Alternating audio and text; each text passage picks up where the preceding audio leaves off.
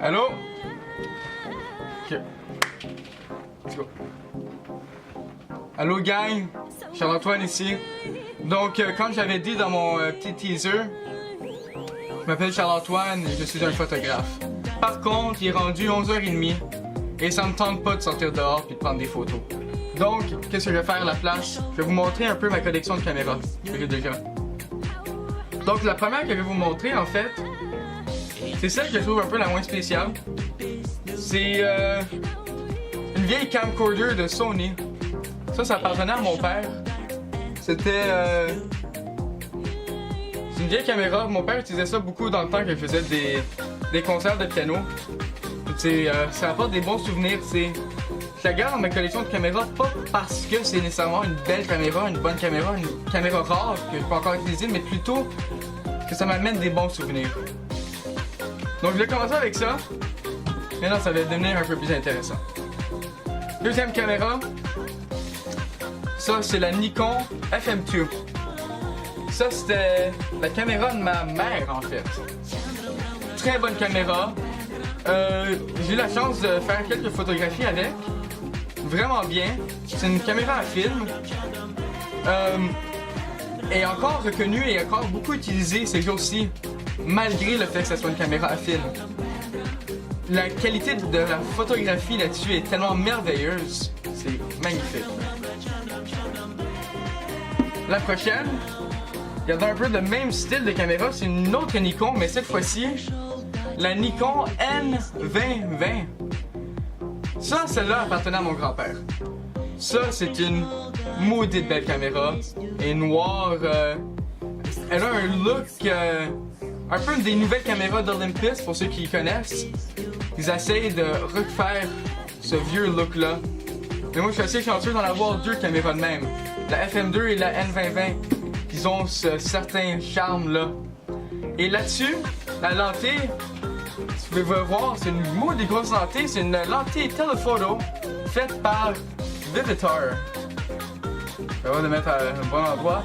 Ça a été fait par Vivitar. Une autre caméra que j'ai eu la chance de photographier avec. Très bon résultat. J'aime bien. Là, on va rentrer un peu plus dans le moderne. Ici, c'est la Minolta de ma grand-mère, la Maxxum 350 SI. Une autre très belle caméra, très bonne caméra en fait aussi. J'ai assez chanceux ici, j'ai pas une mauvaise caméra en fait. Celle-là, j'ai pas vraiment eu la chance de prendre des photos avec, mais dans des albums de photos qu'on a à travers dans la maison, on en voit beaucoup de photos qui ont été prises avec celle-là. Et c'est une bonne qualité de photo, honnêtement. Vraiment pas pire. Et la dernière,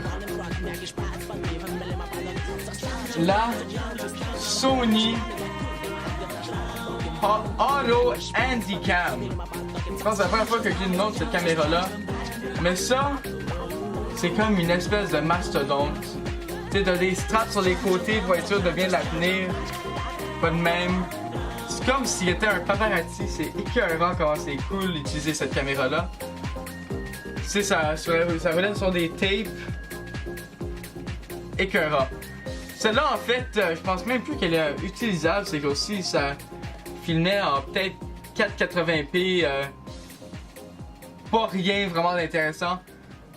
C'est juste que c'est tellement une belle caméra à avoir en collection que je la garde et je la montre à tous ceux qui passent, à tous les passants.